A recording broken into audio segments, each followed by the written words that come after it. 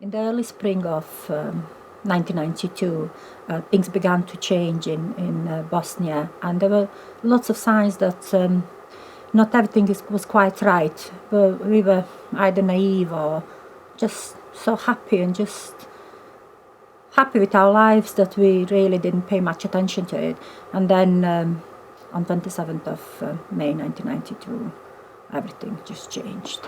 The war started, and it was either stay and be killed or leave. That was one of the hardest decisions we ever made. My mom packed some photographs, and we all packed, me, my brother, my mom packed a suitcase each, put it in our car.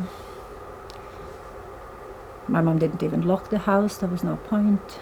We sat in our car and just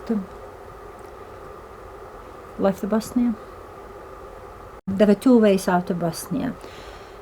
One way was just that people were piled into coaches and taken into the part of the country that Bosnian army was holding, where they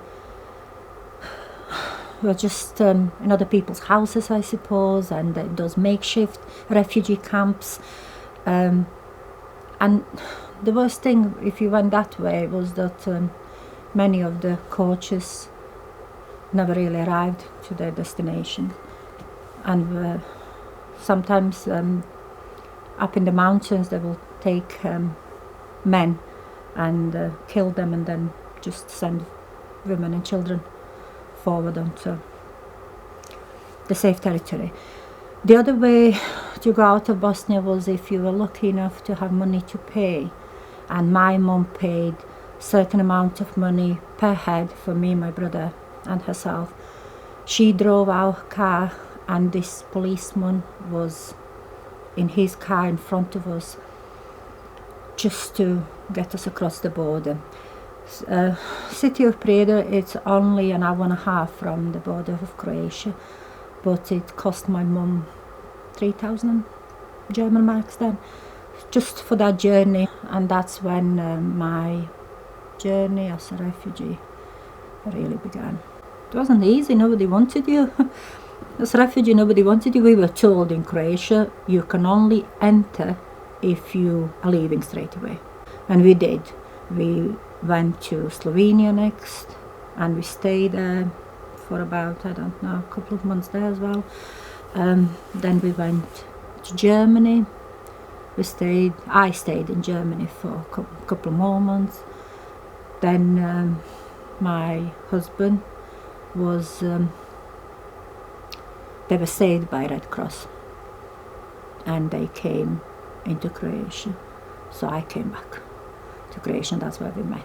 There were Red Cross officers who dealt with where people are going and where people could go.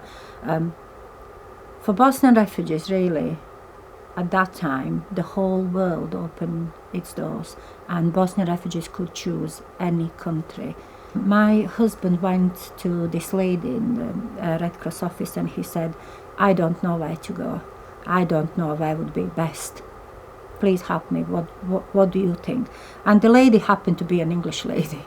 So she said, I honestly think the best country for you to go is to go to England. So we put our names on the list for England.